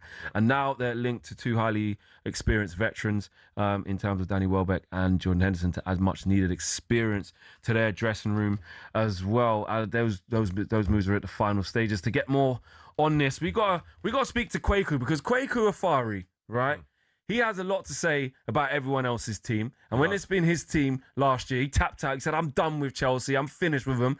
And now he's back. He's smiling. He's breaking transfer records. And I feel like he wants to big his chest up or something. Is that what's happening there, Kwaku? Lex, you know, I'm humble. Humble? And when it comes to Chelsea, it's just a wait-and-see situation. This is a Chelsea team that is inexperienced, and we're looking to address that in the transfer market. And I've seen you talk about Chelsea as well, Flex. You're fearful. I hear the fear in your voice. You know that we're cooking something, we're moving. And the links to Jordan Henderson and Danny Welbeck, on the face of it, it's questionable because they're 35 and 36 years old, respectively. But I look at this Chelsea side, and what they lack is that experience. We think about the experience lost in Thiago Silva, Jorginho, Azpilicueta, Kante, all lost within a matter of a couple of years. And this Chelsea team last season was the youngest team in the Premier League. The year before that, the youngest team in Premier League history. And in order to win things, not to channel Alan Hansen, but you can't win anything with kids. And so Chelsea needs to bring experience, and Welbeck and Henderson to do that. Listen to, hang on a minute. I saw you slagging off Jordan Henderson. Why is he in the England team? This is a joke. What's going on there? And now we're signing for your team. Look at this now. Oh, it's great experience. What did Alan Hansen say? You finished 10th, mate. You're signing Jordan Henderson. Yeah, well, I understand that.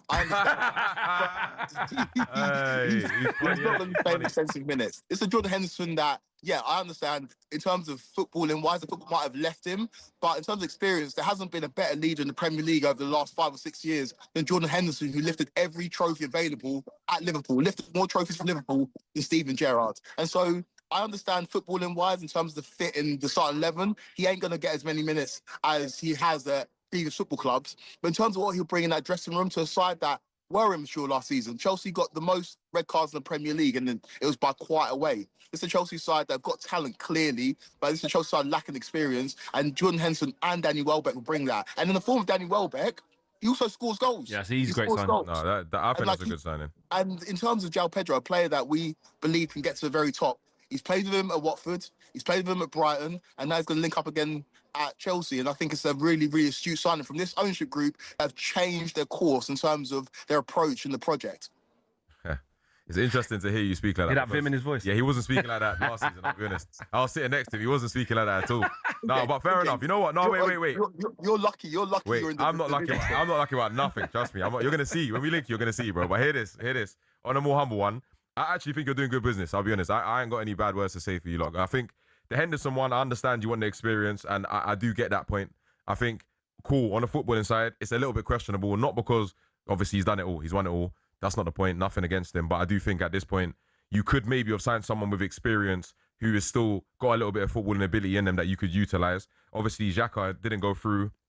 I do think that you should have pushed harder for that deal personally. Welbeck makes perfect sense to me because he's a bagsman, absolute bagsman, done it all over the Prem, got experience. And I think what you've done with your team is, like you said, bro, you let go of all your older and more mature experienced players in kind of one fell swoop. And that left a very young core, in fact, just a whole team, young team overall. And with most Premier League teams, especially the big ones, they kind of slowly filter out their older players. You know, you slowly get rid of them to leave a little bit of experience until the younger or mid-stage players are experienced and they can take their home. So I understand Chelsea's just trying to equalise, you know, bring the team back to a place where you've got experience mixed with the youth. And I personally think it's a good window so far. Yeah, I agree with that. Kwaku, for you, how close now, or how much closer the business overall, because we've trolled you already. That's fine. That bit's done. We're going to talk football now. Like, you've done some really good business. I agree with what AJ's saying. I agree with what you're saying. I think this is exactly what's happened. I think Xabi Alonso's come in there and said, I need someone who can drive standards and help me change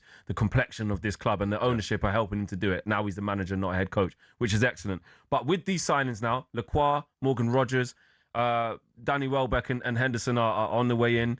You had a bid turned down for Alex Scott, so it shows a little bit of intent. How much closer does this bring you to potentially trying to challenge for the Premier League next season? I'm not going to let you draw me out. What's that? I can't ask you a question. What is this? I can't ask you a question. He's ducking it. You can ask me a question. This is your show. But what I will say is that Chelsea fans, like myself, like your good friend Matisse, we are concentrating on ourselves. We know what the job is, right? Top 4 is an absolute minimum. Yeah. If he doesn't get top 4, he shouldn't be in the job next season. And that sounds extreme. It sounds harsh. What, sack him if he don't get in the top 4? I'm sorry. Immediately. You support a team that finished 15th the year before last and then finished 3rd last season. We're from a better standing point than Manchester United with better players and players that... Who said that, mate? Hold on. Why are you bringing my team in? Who said that, mate? Who said that? We finished 3rd, you finished 10th, mate. How have you got better? What are we talking about? You both can speak from experience, right? When you don't have European football, or when you do have European football, there's a big difference, right? I agree. That's fair. That's true. And so Spurs struggling last season was as a result of them having European football and the squad not equipped to deal with it. Chelsea playing one game a week. Yeah, there's one no game excuses. a week with a team that finished top 4 2 seasons ago. You know what? I don't want any excuses. I know you want me to say right now Chelsea are going to be in a title race. That might be... I want you to say what you feel. I'm feeling that in my heart. But I'm using my head right now, and I'm not going to come on live radio and say it, but we'll see how the first few games go. If Chelsea are in and amongst it, come, I don't know, November, December time, then we'll start having conversations about title race, because I do take my mind back to 2016-17, last time Chelsea won the title. A manager comes in that plays the back three system, and guess what? Chelsea, no European football, win the league. And so let's see if we can replicate that. So you are saying you're going to win the league? You're trying to dance around it. You're trying to say it in like a roundabout way. I hear it, bro. Pick a lane, man. Which one is it? Do you know what? I think Chelsea have the ability with a very open Premier League, with Arsenal suffering with injuries, with Man City with a new manager, Liverpool with a new manager, Carrick's first full season. I think Chelsea have got a chance to challenge. I thought you didn't want to go there. I thought you didn't want to talk about Chelsea. I thought you was being humble. I'm being humble. I'm saying a chance to challenge. That's minimum expectation. When you support a big team, like a big team are supposed to be in and amongst it. We don't want excuses. We want results. And for the last few years, Chelsea have had more excuses than results. And now I want to see a Chelsea team that are back to where we were under the previous ownership group, where we were challenging consistently for the biggest trophies. I think with a manager like Xabi Alonso, who, barring Mikel Arteta and maybe Unai Emery, I wouldn't take many managers in the Premier League over him. I think we've got a great chance of getting back to where we need to be. Good manager. Yeah, Kwaku, what do you spent a lot of money so far? I think the leading spenders so far in the window, or definitely right up there, if not the top. What do you still need? What do Chelsea still need to get hold of? We need to figure out the goalkeeper situation. Robert Sanchez, I think, has the #1 shirt right now. Mike Penders is a man that has been on loan a few times. He's young, being favourably compared to Thibaut Courtois. We don't know if he's going to get to those levels yet. He was on loan at Strasbourg last season. Is he ready right now? Is a teenage goalkeeper ready to start for a Premier League team that won the challenge for the biggest honours? It remains to be seen. But last season, Robert Sanchez, despite the fact that he's made a few good saves in a few big games for Chelsea, he's not reliable enough. And with Xabi Alonso and the system that he wants to play, the goalkeeper playing with the ball at his feet, I don't think Sanchez can do that. So goalkeeper's an issue that we need to address. And also, I want to kind of clear the deck when it comes to centre-backs. We've got so many centre-backs on the books that aren't good enough. I'm sure you'll sell. I'm sure you'll find a way. So, Flex, do you want one? No, no, I don't want nothing from you. After the Mason, I don't want anything from you. Yeah? How'd that since Mason Mount, mate? It's gone. It hasn't worked, mate. You fleeced me. But it's all right. The Garnacho thing, we got you back anyway. Yeah, you did. And Garnacho, thankfully, both our football clubs doesn't play for us anymore. But that's what we need to do. Clear the books. The Garnacho business of Aston Villa was very astute. You look at the Morgan Rogers signing, you say, well, that's a lot of money for Morgan Rogers. But you think that Garnacho's gone the other way with an obligation to buy. It kind of balances the books a little bit. It's the market right now as well. It's just the market right now, bro. That's where we are. It's so inflated. You know that, AJ, as well, in terms of, I think Tonali is a great player, but £100 million player, is he really worth that? But he's worth that to you because you need a new midfielder. And so the market right now is super inflated. And hopefully Chelsea can do what we have actually done quite well over the last 3 or 4 seasons. That's sell. No, you're the best at that. You're the best. Everyone knows. You're the best at selling. You're the chief operators. Kwaku, listen, enjoy the rest of your evening. Thank you very much for coming on and being so honest with us. We really appreciate your honesty. Thank you, guys. I appreciate your honesty too. That's Kwaku Afari, their football reporter, huge Chelsea fan, and of course, colleague here of ours here at talkSPORT, man. He's a top guy. He's a top guy. I know he doesn't come across like it sometimes, but he is. He knows we love him. Right, coming up next, we're going to discuss Liverpool. It's going to be interesting. I can't wait to talk about Liverpool, actually, because they're lining up a huge bid for Bradley Barcelona. Could he be on his way to Anfield? Yeah, a little bit. Yeah, exactly. I am. You are listening to the Transfer Insiders here on talkSPORT 2.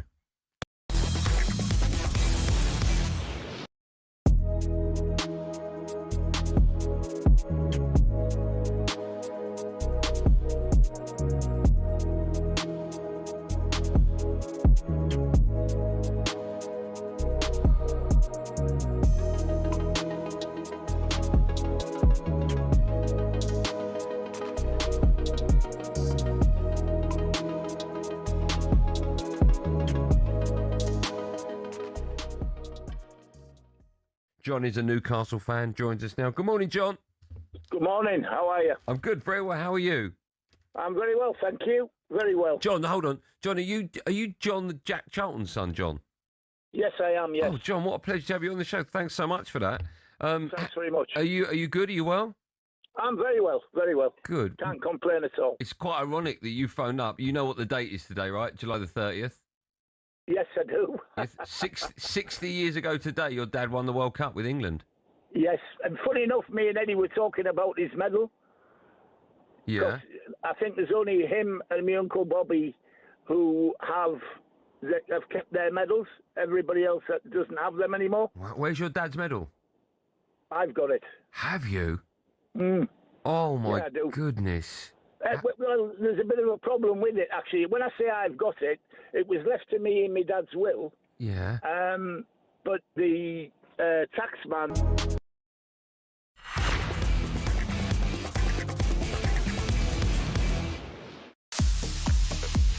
That's right, it's the Transfer Insiders here with me, Flex, and AJ Tracey. We've been talking about Chelsea, we've been talking about Newcastle United, we've got a lot more to follow. We're going to talk about Spurs, Man United, and we'll discuss Liverpool in a moment as well. But before that, it's night 7 of action over at the Commonwealth Games in Glasgow. Watching for talkSPORT is Georgie Heath. Yeah, so the action from the athletics, it was gold to Zach Shaw in the men's 100 metres T12, which adds to his silver from Birmingham. Bronze in the shot put going to England's Scott Lincoln as well. Then over in the weightlifting, it was a thrilling finish as bronze was bagged by England's Andrew Griffiths, pushing James Wales from Wales down into 4th. And then over in the netball, Jamaica dominated against Wales, so they have set themselves up for a semi-final against Australia. And then coming up at 9 o'clock will be an absolute humdinger of a game as England take on South Africa in the netball to see who will play against New Zealand in the semi-final. Commonwealth Games update on talkSPORT with the BYD Dolphin Surf, City Smart, Ocean Cool, 100% electric fun. We're continuing the transfer talk here on talkSPORT. Transfer Insider with me, Flex, and AJ Tracey standing by. He's ready to go. It's time to talk Liverpool now. Cool. I'm excited to talk about Liverpool because... Are you? Yeah, I am. Okay. Because I just feel like they've been a bit stagnant and I was just starting to get ahead of myself. And now they're believed You can never do that, bro. You can't. I never learn. do that. I never ever learn when it comes to Liverpool. They're believed to be ready in an offer worth up to 100 million euros for PSG forward Bradley Barcola. talkSPORT understands the Frenchman is keen to join Andoni Iraola's side. For more on this and to discuss Liverpool's transfer business, we can speak to Liverpool.com writer Matt Addison. Good evening, Matt. Liverpool about to get active now. Certainly looks that way, doesn't it? I mean, it's about time, as you say. It's taken a little bit of time. I'm sure Liverpool have been working on things in the background as well. But yeah, the season isn't that far away. Liverpool need Bradley Barcola. They also need a defender. I would say there's probably one or two other positions to get sorted out as well in an ideal scenario. So yeah, Bradley Barcola would certainly be a good start, I'd say. What do we know about this at the minute, Matt, with the latest on this deal? We have heard earlier on that Liverpool are readying a bid. How do we understand it to be going? Yeah, I think that is the situation. I think it's understandable as well from Bradley Barcola's position that he wants to play more minutes in more meaningful matches, and clearly there is a pathway for him to do that at Liverpool. It does seem like he's open to the move. As I say, it makes sense. I was slightly surprised that Yan Diomande at one stage looked like he was going to PSG, now obviously going to Real Madrid. I mean, if I was one of these players who Liverpool are interested in, I'd be looking at it and thinking, well, they don't really have too many players in those forward areas. Mohamed Salah has left. They need a replacement for him. I think there is an opportunity if you're one of these players to come in and really make that your own. And I think that seems to be what Bradley Barcola has looked at. He's obviously sold on the project and working for Andoni Iraola as well. But there is an obvious position in that Liverpool team for him, which obviously at the moment at PSG just isn't the case. Yeah. And Matt, just two different questions here, but wrapped up in one. Where are Liverpool most likely going to strengthen, and where do you think they need to strengthen? Because I know those are two very different questions. I think the answer is probably the same for both. I think they need to sign a forward, and you assume that if Barcola happens, that will be that. And I would say they need to sign a player who can cover at centre-back and maybe play a little bit of right-back as well. And to be fair, I think Andoni Iraola has been very, very open with that in the last few weeks. I've been slightly surprised sometimes when you speak to managers, they sort of hide what they really think, or they maybe give an answer which is a bit more vague, whereas he's been very clear that he needs more squad depth, he needs more in defence. He said just a couple of hours ago that he doesn't expect to see Joe Gomez for the rest of this pre-season. He's going to start the season injured because of the injury he picked up last weekend. Liverpool have still not seen anything of Giovanni Leone. Jeremy Jacquet hasn't played yet this summer because of his injury. Virgil van Dijk is back in training now, but he's not on the US tour. He's going to meet up with his teammates next week. So Liverpool look light at the back. Obviously, Conor Bradley has been out for a long time as well. So when everybody's fit, I think they are well stocked in defence. But I mean, when that is going to be, or even if that will ever be the case again, because we know, the situation with Joe Gomez, unfortunately, he can't play that much football because he does get these injuries. Conor Bradley, the evidence of his career so far would suggest that as well. So those are the two positions, really. The obvious one is Barcola, because that appears to be moving at the moment. But I mean, Liverpool surely have to sign a defender as well. And I think it makes sense to get somebody who can do a couple of different jobs. Matt, we saw last year Liverpool, obliterate the transfer market, had everybody running scared, thinking, oh my goodness, they're going to run away with the league title for the next 10 years. What are they building over there? It didn't work out that way in the first season for so many reasons, and it was a very disappointing season. But huge transfer fees spent on Isak, on Florian Wirtz and Ekitike as well. To do it again in a successive season on someone like Bradley Barcola, probably north of 100 million we're hearing. How much pressure is on Iraola to deliver when you're spending that type of money consistently? Yeah, I mean, there is pressure. I mean, it's not obviously him who's spent that money consistently. He's only just arrived. But I think it's almost just the way that the transfer market is now. I mean, PSG's side seeming to say that basically how could they sell Bradley Barcola for less than 100 million when Morgan Rogers has moved for more than that, Elliot Anderson has moved for more than that. You look at Tottenham before that, the money that they've spent. The marker has been set now in the transfer market. If you want to have elite players, and obviously Liverpool want to compete for Premier League titles and Champions League and all the rest of it, I think you do have to spend that top level now. It's much rarer. I think, a few years ago, however many years ago it is now, 9-10 years ago, Liverpool could have maybe spent 35 million, transform that player, and that player would become Sadio Mane or Mohamed Salah. But I don't think it's quite as straightforward as that. And I mean, you mentioned Wirtz and Isak. It's not worked yet for either of them. But I think in the case of Isak in particular, I mean, that was purely just down to injuries. We know how good he can be. Yep. And if he comes back fit and we expect him to do that, then I'd expect him to probably prove that he's worth the 125 million that Liverpool paid. And to be fair to him, that 125 million, I think in a year's time, or even right now as we speak, I think maybe is better value than maybe it looked last summer. Yeah, I probably agree with that. Another question from me. Do you think Liverpool are capable of forming a title charge? I don't want to go too early, but I do think that the squad you've been building from last season and with the additions this season, you could probably mount a strong charge. Yeah, I think so. I think it's definitely a possibility. It depends, I think, a little bit on what happens in the next few weeks in terms of transfers. If they weren't to get Bradley Barcola, who would they go for? I think the next options on the list, I'm not entirely sure who they would be, but I think there would be a big drop-off in terms of quality. And if they weren't to get the defender in, I think that would be a massive, massive gamble as well. So if we assume that they get those two things, nobody else leaves, because there has been interest in Curtis Jones. There's been lots of speculation about Alexis McAllister as well. If we assume that between now and September the 1st, the transfer deadline, they get Barkala and they get a defender who can cover a couple of positions, I think, yes, they definitely can compete and be back up there, because, Isak and Wirtz, it is a bit of a cliche, but they could become like new signings, because we saw so little of Isak last season.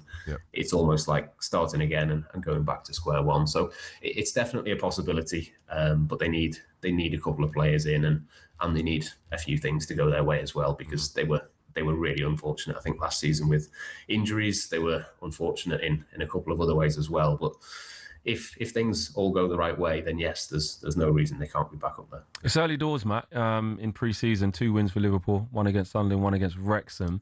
But how has the early embers of Iraola's team looked? Has there been a clear, distinctive, changed playing style? Has he managed to get his word across, or is it a little bit too early to judge, because again, so many senior players maybe not back from the World Cup as well? Yeah, I think definitely in the Sunderland game you could see the patterns, the way that they were pressing. Harvey Elliott in the number 10 was very much high up and pressing almost as like a front two at times. That was probably a big change. That was the reason really that Liverpool moved on from Arne Slot and went for Iraola, is that they wanted this more high intensity style of play. I think we have started to see that.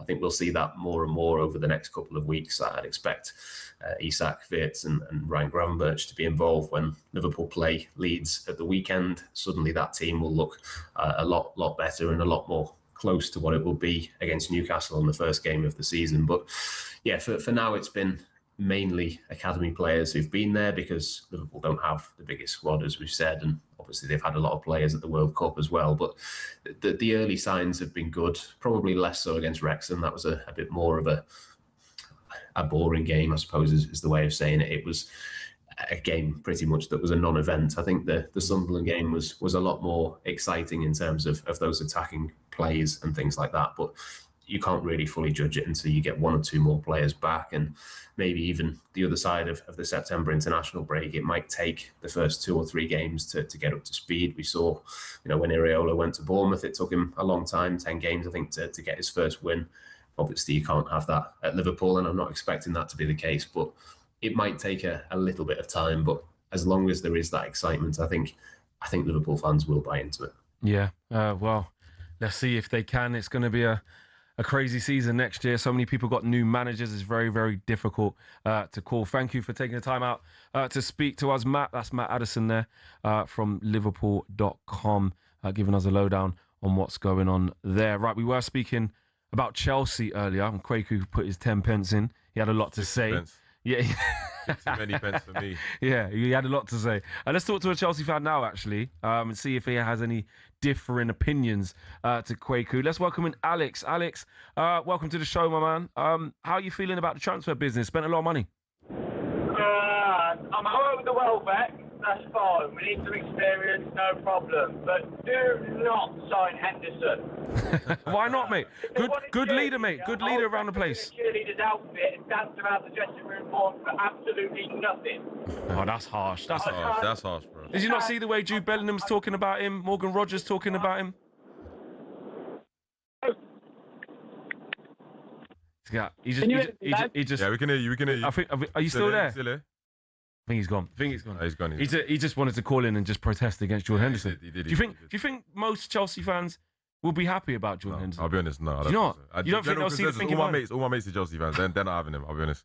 Really? I think they just don't see it for the role that he's gonna be doing. But bro, you gotta understand. I do think that some people don't see what goes into the. Obviously, people that have access to the dressing rooms and what goes on behind the scenes, so they don't see the value in that. We just see what happens on the pitch. Me personally, I understand what they're trying to do there. I do think they don't need 15 older players. No, but cool, a little bit of experience here and there definitely goes a long way. Yeah, no, I agree. I think it's obviously in big 2026. You think you don't sign Jordan Henderson to get closer to signing winning the Premier League. You know what? We say that, but again, Jordan Henderson at his current age, there's going to be some younger players who are not up to par with Jordan Henderson on the pitch. So and especially with like training and just standards, what to do and what not to do. Alex, we've got you back, man. We have, yes. Sorry about that, guys. Because I'm driving. That's all right. I'm happy with the Welbeck, that's fine, but not Henderson. No. Big no. I can't stand him as a player, to be honest. Can't stand him. He's won everything, mate, at club level. He might have won everything, but I just know. Like, look at him in the World Cup. He shouldn't have been in the England squad. He went there as a cheerleader. He played no minutes. He got a yellow card, and he somehow got injured. Came on against Panama, mate. Saw the game out for us. Honestly, it's not his fault he fell over. Yeah. If we sign him, it'd be the worst signing ever. No, come on. No. AJ, is that over the top? No, that's over the top. That's over the top. I'm the Grinch as well. That's over the top even for me. That's over the top. James Milner, I'd take anyone else but him. Like I said a minute ago, if they want a cheerleader in the dressing room, I will dress up in a cheerleader's outfit and I will do it for absolutely nothing. Alex, that's disingenuous, man. Look, come on, this is a top pro. This is the top pro we're talking about. Who's a top trainer, and actually, you're only as good as your last season. The last time I checked at Brentford in the Premier League, he had a very good season. Mm-hmm. He did. He had a very good season. Can you not see what Xabi Alonso is trying to do? I'm not keen on his style of play. I don't know what it is about him. I just can't. What's he done to you? Alex won't be good for us at all. He's not having him. Alex has made his feelings very, very clear there. Thank you very much, Alex, for calling. Hopefully Jordan wasn't listening because he's not going to be feeling love from Alex, is he? Henderson's a pro, bro. Even if he is listening, he's not. Do you know what I mean? Like, he's going to know his way around. He's not going to care about that, bro. He's not going to care about that. Nah, I'm pretty sure he won't. You know, when you run it all, mate. You know what I'm saying? But there is that feeling from some Chelsea fans though that absolutely not. But I just think you have to look past it. Like, this isn't their marquee signing. I do see both sides though. I'll be honest. If you've had a lackluster season, I'm not going to say it was a bad season because our season was insane. But if you've it's all relative. They had a bad season. Relative. Chelsea had a bad season. If you've had a lackluster season, you want to see some firepower come through the door. And they've got Morgan Rogers, 170 million. They've got Danny Welbeck. 100%. But you got to remember, this is Chelsea. They're used to spending it all. You get it? So for them, I don't know. They got high standards. You know what? They're allowed to. Like a couple of my team could learn a thing or two about that. I'll be honest. Gosh, the spending thing, yes, but they've spent the most so far. Like, you can see that last season, let's just think back to how bad they were. They had no discipline. They were highest amount of red cards. People, guys out there asking to be at teams. Oh, I love Barcelona. Oh, I love the city of Madrid. I'll be honest. They need to get someone in the change room to say, that's not how you behave. As much as I laughed at that, it happens to the best of us, bro. There's not a big team that someone's not said that to. Yeah, but in the dress, but what I'm saying is when dressing room standards are set, the guys know they can't take the mick like that, and that's what Xabi Alonso's doing with it. So you think Henderson's going to keep them all in line, yeah? I think certain guys who are out of check, he's going to keep them in line. Not even by grilling them. I'm just talking about. I know what you mean. Just in training. Example. Yeah. It only goes so far, I'll be honest, bro. If the player wants to act up, he's going to act up, bro. It's not his dad. You can't tell me anything, bro. You know what I'm saying? I get what you're saying. I do get what you're saying. And it does bring a level of standards. It brings a level of, not discipline, but set an example, lead by example. But I will say, just playing devil's advocate, I understand if you've had a lackluster season, you want to see Jordan Henderson come through. It's not that you don't want to see specifically Jordan Henderson, but you just want to see someone who's exciting, new, probably expensive. That's just what they want to see. Okay. AJ made his mind up. He sees both sides. Alex is not having it. Chelsea fans, I wonder what the rest of you guys think Jordan Henderson to your football club. All right, this is the Transfer Insiders on talkSPORT. Up next, I'm going to ask Spurs fan, AJ Tracey, if he thinks his team can finish above my team, Man United, right here on talkSPORT.